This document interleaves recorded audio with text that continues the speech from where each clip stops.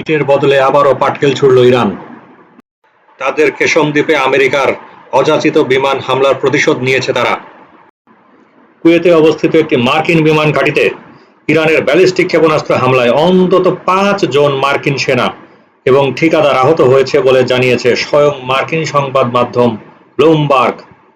হামলায় ২টি MQ reaper drone ক্ষতিগ্রস্ত হয়েছে, যার মধ্যে একটি সম্পূর্ণ ধ্বংস হয়েছে বলে ওই প্রতিবেদনে উল্লেখ করা হয়েছে। গত শনিবার প্রকাশিত ওই প্রতিবেদনে বলা হয়, কুয়েতের আলী আল সালিম বিমান ঘাঁটিকে লক্ষ্য করে হামলা চালানো হয়। আহতদের আঘাত গুরুতর নয় বলে জানা গেছে।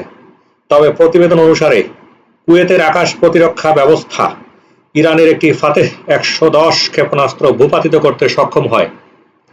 তবে ক্ষেপণাস্ত্রটির ধ্বংসাবশেষ মার্কিন পরিচালিত আলী আল সালেম ঘাঁটির ভিতরে গিয়ে পড়ে। এতে কয়েকজন আহত হন এবং ২টি MQ-9 রিপার ড্রোন ক্ষতিগ্রস্ত হয়। প্রতিটি ড্রোনের আনুমানিক মূল্য প্রায় $৩ কোটি। এই ঘটনার পর যুক্তরাষ্ট্র এবং ইরানের মধ্যে উত্তেজনা আরও বেড়েছে।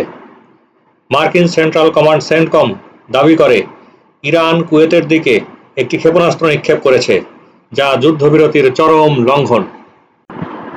আবার একই দিনে এক বিবৃতিতে ইরানের IRGC হামলার দায় স্বীকার করে। তারা জানায়, যুক্তরাষ্ট্রের একটি পূর্ববর্তী হামলার জবাব হিসেবে মার্কিন ঘাঁটিকে লক্ষ্যবস্তু করা হয়েছিল। IRGC আরও দাবি করে, ওই দিন সকালে মার্কিন বাহিনী বন্দর আব্বাস বিমানবন্দরের কাছাকাছি একটি স্থানে আকাশপথে অতর্কিত হামলা চালিয়েছিল। এর প্রতিক্রিয়াতেই ক্ষেপণাস্ত্র হামলা চালানো হয় বলে তারা নিশ্চিত করে। এই বিবৃতিতে ভবিষ্যতে যে কোনো আগ্রাসনের উচিত জবাবে আরও কঠোর প্রতিক্রিয়ার হুঁশিয়ারি দেওয়া হয়। একই সঙ্গে উত্তেজনা বৃদ্ধি পেলে তার দায় শত্রুতামূলক পদক্ষেপ গ্রহণকারী পক্ষকেই বহন করতে হবে বলে IRGC জানিয়েছে।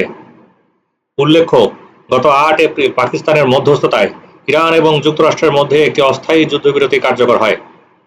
পরবর্তীতে পাকিস্তানের রাজধানী ইসলামাবাদে আলোচনা শুরু হলেও উভয় পক্ষের অবস্থানগত বিরোধের কারণে এখন পর্যন্ত কোনো চূড়ান্ত সমঝোতা হয়নি। প্রিয় দর্শক, একটি নতুন ফ্ল্যাট নির্মাণের পর ইন্টেরিয়র ডিজাইন এবং ফিনিশিং সংক্রান্ত অনেক আনুষঙ্গিক কাজ বাকি থাকে।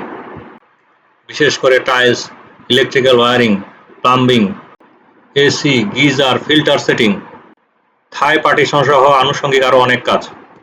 কিন্তু একটি অদক্ষ টিমের হাতে পড়লে এই কাজগুলো সুচারুরূপে সম্পন্ন করা অনেক সময় দুরূহ হয়ে পড়ে। পরবর্তীতে তা অনাকাঙ্ক্ষিত বিড়ম্বনার সৃষ্টি করতে পারে। তাই এই কাজগুলো দক্ষ হাতে একটি সিঙ্গেল সোর্স থেকে করতে পারলে পরবর্তীতে ঝামেলা হওয়ার সুযোগ থাকে না। বেস্ট কোয়ালিটির হোম টাইলস সরবরাহ এবং স্থাপন, AC, গিজার, ফিল্টার স্থাপন, ইলেকট্রিক্যাল ওয়্যারিং এবং প্লাম্বিং, কার্পেন্টারি সংক্রান্ত সকল কাজ একটি সিঙ্গেল সোর্স থেকে করতে ডেসক্রিপশন বক্সে দেখানো নম্বরে যোগাযোগ করুন। ঢাকার সর্বত্র এই পরিষেবাটি প্রযোজ্য হবে। আমাদের সাথেই থাকার অনুরোধ করা হলো। ধন্যবাদ।